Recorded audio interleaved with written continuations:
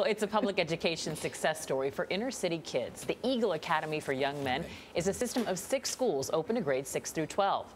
The group, 100 black men, created the program back in 2004. The schools are strategically placed in high-crime areas in all of 5 boroughs of New York City and in New Jersey. Vladimir Dudier is at the Eagle Academy in the Bronx to show us how it could be saving lives. Vlad, good morning. Good morning. Here at this Bronx school, every day begins with breakfast and a town hall meeting, which you can see happening behind me here. This is an opportunity for the students to hear school announcements and to get together with any administrators to go over some of the issues they may be having. And that's just one of the ways that sets Eagle Academy apart from other New York City public schools. The Eagle Academy for Young Men was created to make a difference in our Black and Latino communities, especially for young men like me. Japaris Sheridan is a 17-year-old senior at the Eagle Academy for Young Men in the Bronx. At this senior convocation, he was chosen to speak not as class president, not as valedictorian, but as a young man who's conquered many of the struggles facing the boys in his school. I was heading down the same vicious cycle that so many of today's urban youth get caught up in. A path that only has 2 potential outcomes, either prison or death. Before I came to Eagle Academy, it was constant fights, getting arrested. Arrested? Yes. How many times were you arrested? Maybe 4 to 5 times. Japaris, the oldest of 6, lives in a violent and crime-ridden neighborhood in the North Bronx.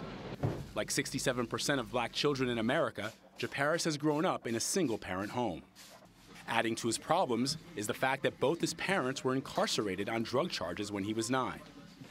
He took it the hardest because he was the oldest. I had many nights that I cried, like blaming myself. His mother, Mercedes Smith, admits it hasn't been easy for him. We're not that far from the projects where it's always shootouts. Even on this block, the back block, shootouts, a lot of fights, a lot of gangs. They wanted him to join gangs.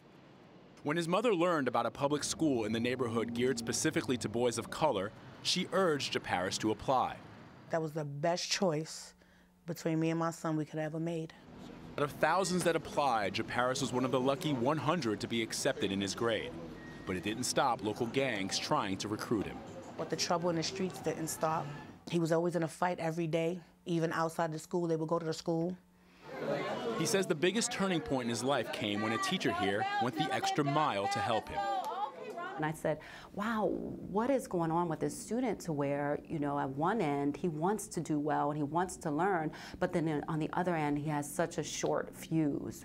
Ms. Macklin was his 9th grade teacher. One day in my class, he said to me, he feels like he wants to commit suicide. And, sorry. And I talked to him about why he wanted to commit suicide, and he just said that he was going to die anyways. He was going to get killed on the street. So that equals the 136? From that day on, Ms. Macklin has been Japaris' advocate, providing counseling and support. That was the first time a teacher ever went above and beyond to help me. Ms. Macklin, I have thanked you in the past, but I don't think I remember telling you this. You've changed my life. And that, according to David Banks, the president and CEO of the school's foundation, is the point of the Eagle Academy. We help young men to understand what it takes to get the light to go on, for them to believe in themselves. We are the ones we've been waiting for. They do that by providing the structure and discipline many of these boys never had. Students must wear uniforms. Each boy gets paired with a mentor from the community.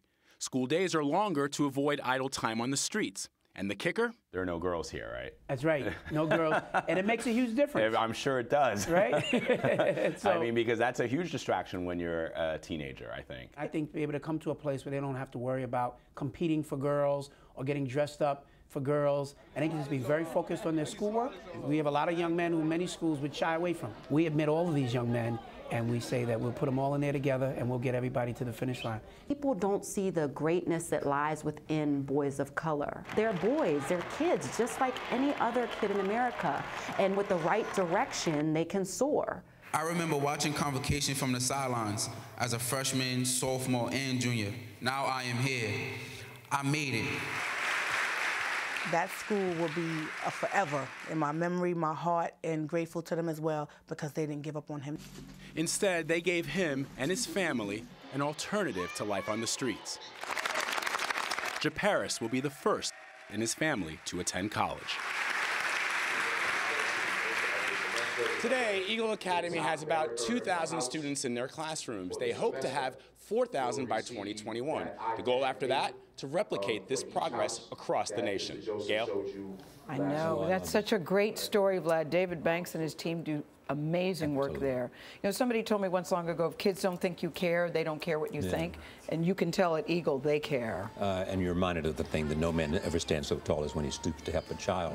This is the kind of thing that I so love, the people who go out and find these stories about people that make a difference in other people's lives. You too. Go Jabbaris. Yeah, hopefully they can Cheering for all of replicate them. like Vlad said. Vlad, thanks again. Love, love, love that story. Surprise.